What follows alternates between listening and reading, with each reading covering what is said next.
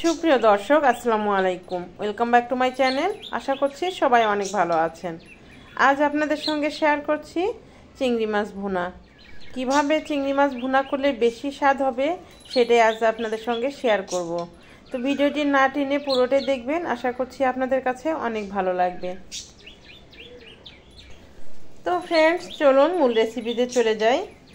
এই চিংড়ি মাছ ভুনা করার জন্য আমি চা চামচের 1 চামচ পোস্তদানা নিয়েছি, হাফ চামচ সাদা গোলমরিচ নিয়েছি, 2টি জয়ত্রী নিয়েছি, 5-6টি করে কাঠবাদাম কাজু বাদাম নিয়েছি। কাঠবাদাম কাজু বাদাম যদি না থাকে সেই ক্ষেত্রে আপনারা চীনা বাদামও নিতে পারেন। আর নিয়েছি একটি জয়ফলের 4 ভাগের 1 ভাগ। এই মশলাগুলো আমি একটা ব্লেন্ডারে জারের মধ্যে নিয়ে নিচ্ছি, আর এগুলো খুব ভালোভাবে পেস্ট করে নেব। আপনারা চাইলে শিলপাটাতে বেটে নিতে পারেন। এবার এখানে আমি চিংড়ি মাছ নিয়েছি আমার পরিমাণ মতো, আর তার সাথে 2টি বড় মাছের পিস নিয়েছি। চিংড়ি মাছগুলো প্রথমে ভালোভাবে ধুয়ে পরিষ্কার করে নিয়েছি। এবার এই মাছগুলো আমি একটু হলুদ মেখে ভেজে নিব। চিংড়ি মাছ না ভাজলেও কিন্তু হয়, তবে একটু ভেজে নিলে ভালো হয়। তো এই চিংড়ি মাছ ভাজার জন্য চুলায় আগে থেকে আমি একটু কড়াইয়ে বসিয়ে তেল গরম করে নিয়েছি, আর চিংড়ি মাছগুলো দিয়ে জাস্ট শুধু এই পিঠ আর ও পিঠ করে নেব। চিংড়ি মাছ বেশি ভাজতে হয় না। চিংড়ি মাছ বেশি যদি ভাজা হয় তাহলে একটু রাবারি টাইপের হয়ে যায়, একটু শক্ত হয়ে যায়, খেতে ভালো লাগে না। তো এই তো আমি চিংড়ি মাছগুলো এই পিঠ আর ও পিঠ করে একটু ভেজে নিয়েছি। এবার আমি চিংড়ি মাছগুলো তুলে নিচ্ছি।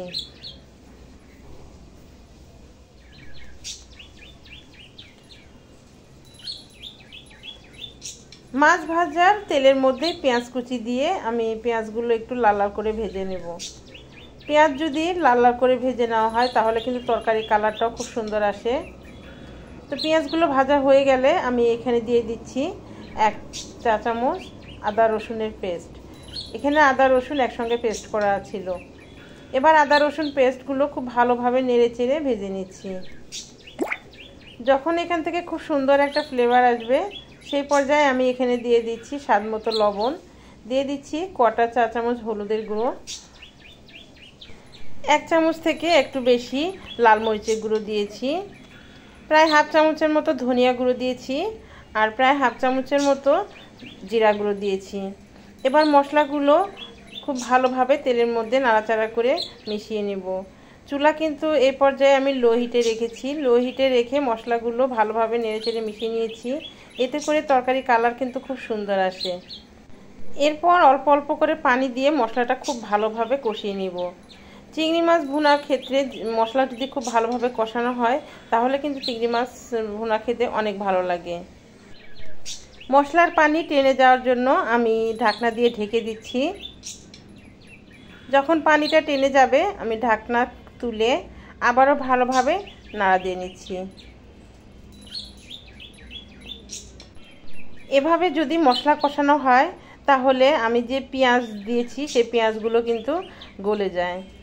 তো মশলাগুলো কষানো হয়ে গেলে আমি এখানে দিয়ে দিচ্ছি আগে যে পেস্ট করে রেখেছিলাম বাদাম, পোস্তদানা, জয়ফল, জয়ত্রী, সেই পেস্টগুলো দিয়ে দিচ্ছি। পোস্তদানা, জয়ফল, জয়ত্রী এগুলো দেওয়ার ফলে কিন্তু এই তরকারি গ্রেভিটা খেতে অনেক মজা হয়। আপনাদের হাতের কাছে যদি এগুলো থাকে তাহলে অবশ্যই দেওয়ার চেষ্টা করবেন, দেখবেন আপনাদের কাছে অনেক ভালো লাগবে। তো দেখুন এই পর্যায়ে কতটা লোভনীয় হয়েছে এই গ্রেভিটা, খেতে কিন্তু মাশাআল্লাহ অনেক ভালো লেগেছিল, আলহামদুলিল্লাহ। তো মশলাটা ভালোভাবে আবারও কষিয়ে নিয়েছি, তেল উপর থেকে ভেসে উঠেছে। এবার মাছগুলো দিয়ে দিচ্ছি। মাছগুলো দিয়ে আবারও ভালোভাবে নেড়েচেড়ে মিশিয়ে নিচ্ছি।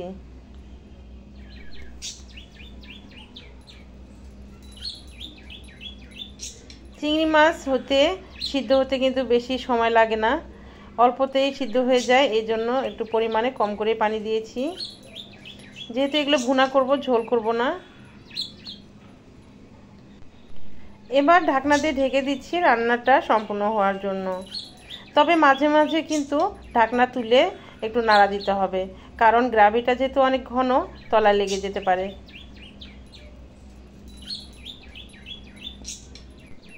তো তরকারিটা নাড়া দিয়ে আমি ঢাকনা দিয়ে ঢেকে 5 মিনিটের জন্য আবার রেখে দেব চুলার উপরে। আর চুলা কিন্তু একদম লো মিডিয়ামের মাঝামাঝিতে রেখে দিব। এতে করে তরকারি যে পানিটা আছে সেটা আস্তে আস্তে টেনে যাবে আর তরকারিটা খুব ভুনা ভুনা হবে, খুব সুন্দর হবে। তো আমি অফ ক্যামেরা কিন্তু তরকারিটা 2-3 বার আরও নাড়া দিয়েছিলাম যেন মশলাটা নিচে লেগে না যায়। আর দেখুন তরকারি আমার ফাইনাল লুকস কতটা লোভনীয় হয়েছে কালারটা। এবার আমি আপনাদের পরিবেশন করে দেখিয়ে দিচ্ছি।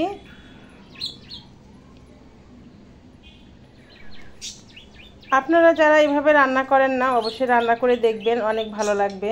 যে কোনো জিনিস যদি টেস্টফুল হয় তাহলে কিন্তু অল্পতেই তৃপ্তি মিটে যায়, তাই না? তো এইভাবে রান্না করে দেখবেন, বেশি কিছু সবজি টবজি দিয়ে চিংড়ি মাছ না রান্না করে এভাবে রান্না করে খাবেন, অনেক ভালো লাগবে। তো ফ্রেন্ডস, আমার আজকের রেসিপি কেমন হয়েছে অবশ্যই কমেন্ট করে জানাবেন। ভালো লাগলে লাইক কমেন্ট করবেন, বেশি বেশি করে শেয়ার করবেন। আর যারা সাবস্ক্রাইব করেছেন আপনাদেরকে অসংখ্য ধন্যবাদ। যারা এখনও সাবস্ক্রাইব করেননি সাবস্ক্রাইব করে দিবেন আর পাশে থাকা বেল আইকনটি অন করে রাখবেন। তো আজকের মতো এই পর্যন্তই, দেখা হবে আবার নতুন কোনো এপিসোডে। সে পর্যন্ত সবাই ভালো থাকবেন, সকলকে ভালো রাখবেন। আল্লাহ হাফেজ।